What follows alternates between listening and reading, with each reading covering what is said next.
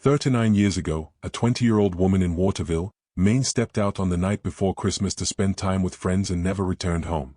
Her adoptive parents waited through that night, then through the following 3 months, until her body was recovered from the Sebasticook River in March 1988. From the very first days of the investigation, authorities knew the name of the man who had last been seen with her. They questioned him twice and came away without enough evidence to file charges. The investigation stalled, and 5 months later the same suspect killed another woman in the same city in the same manner. Yet through all the years that followed, successive generations of Maine State Police investigators never closed the file, never discarded the evidence, and one detective made a point of visiting Janet's parents every year to assure them that nobody had forgotten. Then in 2021, when the Maine State Police Unsolved Homicide Unit finally obtained DNA evidence strong enough to bring the case before a grand jury, they uncovered something that stopped everyone involved in their tracks. The suspect had told an investigator back in 1989 that he knew who had killed Janet Brochu, but refused to say. The winter of 1987 had settled over Waterville, Maine, with the sharp, dry cold of the central part of the state and the familiar energy of the holiday season. Houses along the Kennebec River glowed in the evenings. People were shopping, preparing for Christmas, and the small city carried the comfortable feeling of a place where everyone knew what to expect. Janet Brochu was 20 years old, living in the nearby town of Winslow with her adoptive parents, Geraldine and Albert Brochu, on Cushman Road. She was the only child in the household, employed as a nutritional services worker at the Seton unit of Mid-Maine Medical Center, where she had worked for a year and a half. She also lived with severe diabetes that required insulin injections twice daily.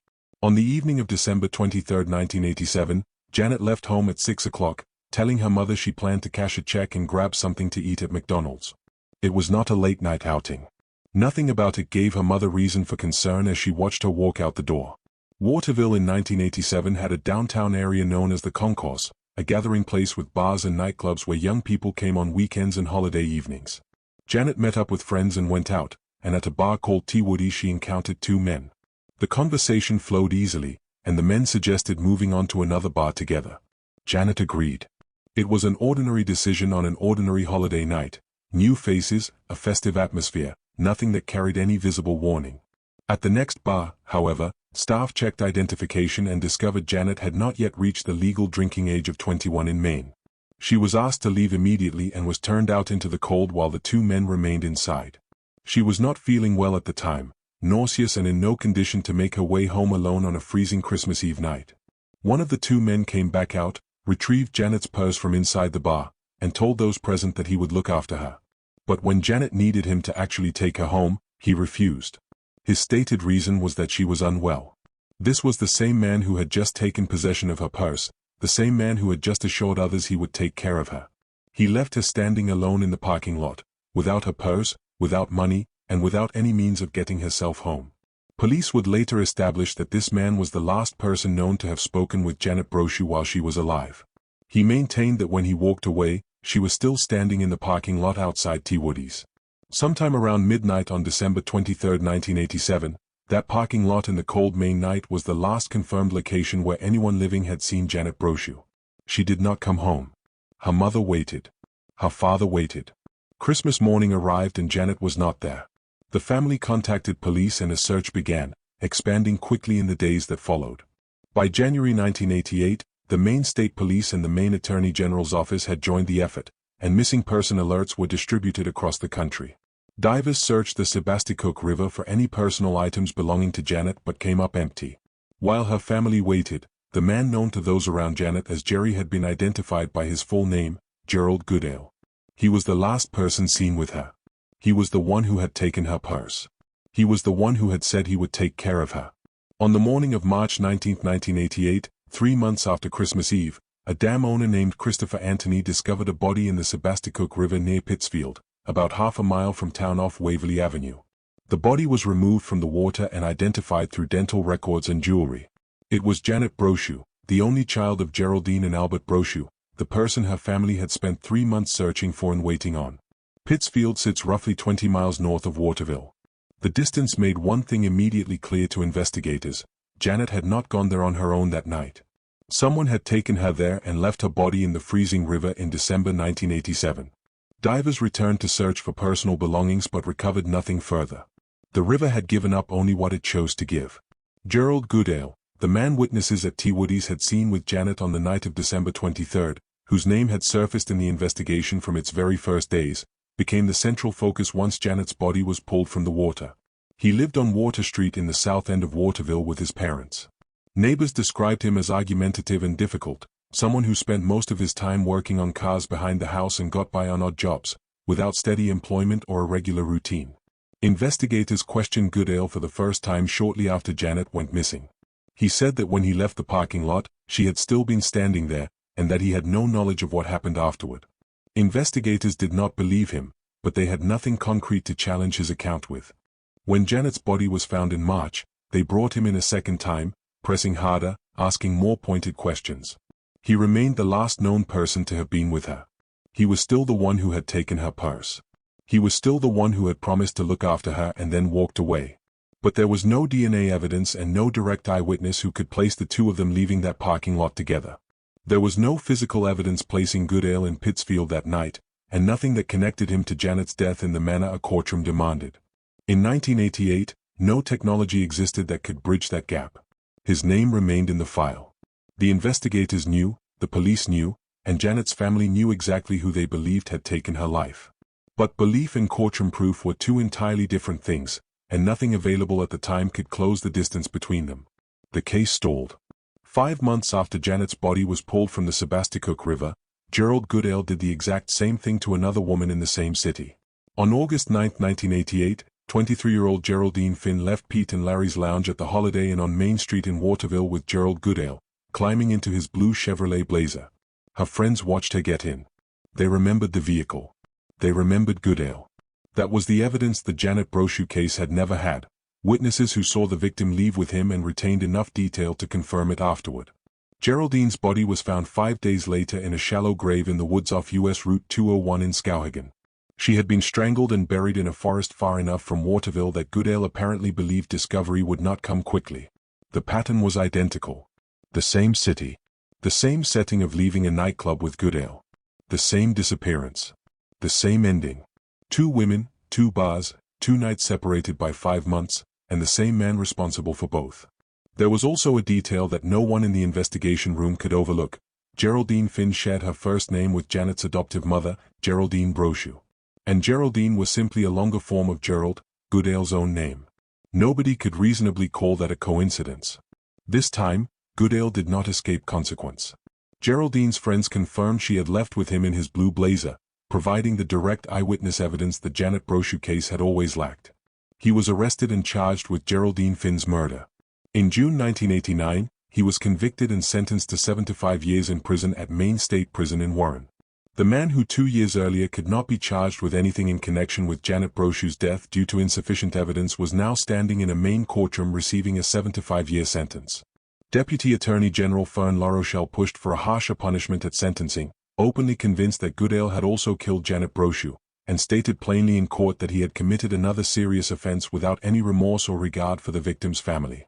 The pre-sentencing investigation report noted that investigators had questioned Goodale about Janet's death during the preparation process. LaRochelle then revealed Goodale's response to everyone present in that courtroom, a response that nobody who heard it that day would forget. He said he had not done it, but that he knew who had, and that he would not say. The man standing before the court for Geraldine Finn's murder, about to hear a 75-year sentence pronounced against him, openly admitted he possessed knowledge of who had killed Janet Brochu and made a deliberate choice to keep it to himself. No court could compel him to speak when he was already on his way to prison for 3/4 of a century. Goodale entered Maine State Prison carrying 2 things, a 75-year sentence for Geraldine Finn's murder, and the secret about Janet Brochu that he had acknowledged holding and refused to share. That statement went into the file and stayed there. It lived in the memory of every investigator who read the case across the years that followed, and it lived in the memory of the Brochu family for the rest of their lives. From the day Goodale entered prison in 1989 to the day he pleaded guilty in the Janet Brochu case in 2023 was 34 years. Geraldine and Albert Brochu endured something in those decades that few families of cold case victims are made to suffer, not complete uncertainty, but something that can be even more difficult to bear, partial knowledge. They knew the suspect's name. They knew he was sitting in a prison in Warren serving time for Geraldine Finn's murder. Every Christmas season returned them to that specific night. Every year when the holiday lights came back to the streets of Winslow and Waterville, The Brochu sat in their house on Cushman Road living with a question whose answer the man in that prison knew and refused to give. Both of Janet's adoptive parents passed away before the final DNA evidence linked Goodale to the case, and before he sat in a Somerset County courtroom in 2023 and entered a guilty plea. They never heard the answer they had spent the remainder of their lives waiting for. They never experienced the moment that their relatives Cather Welsh and Daniel Brochu eventually did. But through all those years, there was one investigator who came to see them every year. Janet's relative Daniel Brochu spoke about this after the case was finally resolved. He described an investigator who made annual visits to Janet's parents, not because there was new information to deliver, but because he understood that the family needed to know that someone was still working on it, that the case had not been set aside and forgotten. As Daniel Brochu put it, they were wonderful and persistent people, and one investigator would visit his aunt and uncle each year and share what updates he was able to share, not everything, because revealing too much could compromise the investigation, but enough to maintain the connection and let them know they had not been abandoned. There was no regulation requiring that. No procedure in any handbook mandating that investigators visit cold case victims' families every single year and sit with them when there was nothing new to report. It was a personal choice made by someone who recognized that Geraldine and Albert Brochu were not looking for investigative updates. What they needed was to know that someone still remembered Janet. That her file had not been quietly shelved and forgotten. That the man sitting in prison in Warren would not be allowed to hold on to his secret undisturbed. The Janet Brochu case file was never formally closed during those 35 years. Goodale's name remained in it. The 1989 courtroom statement remained documented. And each new generation of investigators who picked up the file understood that the right suspect was already behind bars. The only missing piece was evidence strong enough to charge him, evidence that the technology of 1988 had been incapable of producing. In 2015, the Maine State Police established the Unsolved Homicide Unit, a dedicated cold case division with its own budget, detectives whose time was not divided between cold cases and active daily investigations, and access to modern forensic capabilities specifically intended for re-examining old evidence through tools that earlier generations of investigators simply had not possessed. Maine was not early to this concept. New Hampshire had created its own cold case unit 6 years prior, in 2009. But when Maine's unit began operating, it inherited 69 unsolved cases, and the Janet Brochu file was precisely the kind of case the unit had been built to address. A known suspect already incarcerated. Physical evidence from 1988 that had never been fully processed with modern DNA technology. And a statement from 1989 sitting in the file like an open provocation that had gone unanswered for more than 3 decades. The forensic and DNA advances applied by the Unsolved Homicide Unit to the 1988 evidence ultimately produced what 30 years of prior investigation had been unable to deliver, material strong enough to bring the case before a grand jury. The specific nature of that evidence was not made public. Maine State Police did not disclose the technical particulars, but State Police Colonel John Coate described the outcome in an official statement as the result of many years of combined effort by state, local, and county investigators, prosecutors, and skilled scientists who never abandoned their pursuit of truth and justice for the victim, her family, and her friends. The grand jury indictment had in fact been ready 7 months before it was formally presented in court, not because the case lacked strength, but because the COVID-19 pandemic had created a severe shortage of available judges throughout the Maine justice system, leaving pending matters sitting idle for additional months before a grand jury could be convened. On May 13, 2021, the Somerset County Grand Jury indicted Gerald Goodale, 61 years old and already serving 75 years at Maine State Prison in Warren for the murder of Geraldine Finn, for the murder of Janet Brochu on Christmas Eve 1987. Investigators traveled to the prison to formally notify him of the new charges. It was not an arrest in the conventional sense, given that he had been incarcerated since 1989, but it was notification that the secret he had carried since that year, the statement he had made in open court that he knew who had killed Janet but would not say, could no longer shield him from accountability. The grand jury indictment stated explicitly that Goodale had intentionally or knowingly caused Janet Brochu's death, or had engaged in conduct reflecting a profound disregard for human life that resulted in her death.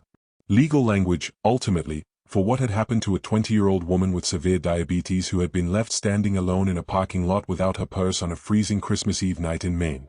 From the time charges were filed in May 2021 to the day Goodale entered his guilty plea on March 2, 2023, was nearly 2 years of legal proceedings. He initially pleaded not guilty and retained legal counsel, and the case moved through the required stages of the justice system before Goodale finally appeared in Somerset County District Court in Skowhegan and changed his plea. 35 years after Christmas Eve 1987. The judge sentenced him to 32.5 years, to run concurrently with his existing 75-year sentence for Geraldine Finn's murder.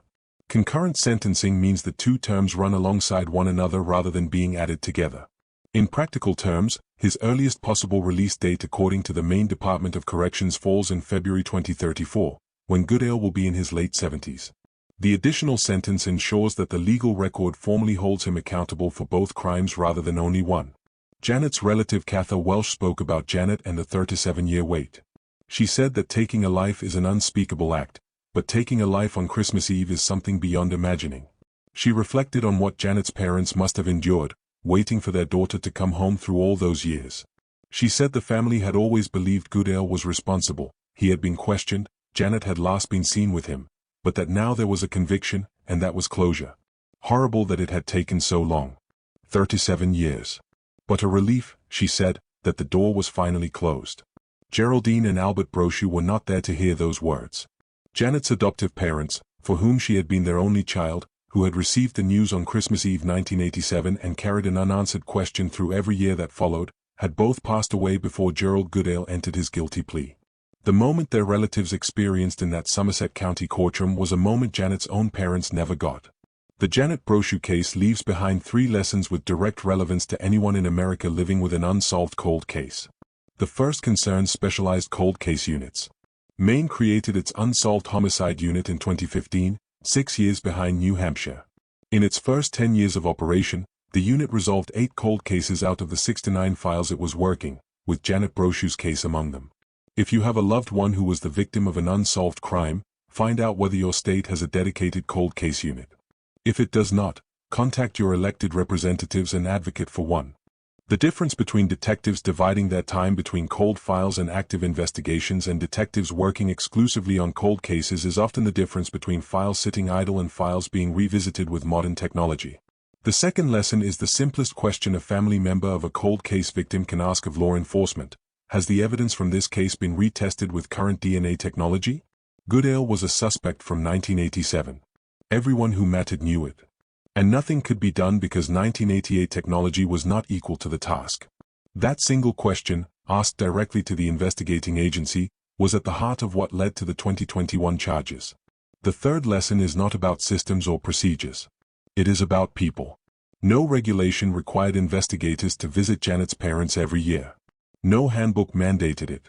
The investigator who made those annual visits did so because he understood that Geraldine and Albert Brochu did not need new leads or case updates. They needed to know that someone still remembered their daughter and that her file had not been left to gather dust in a storage room. If you work in law enforcement or the justice system, no procedure will ever write this down for you.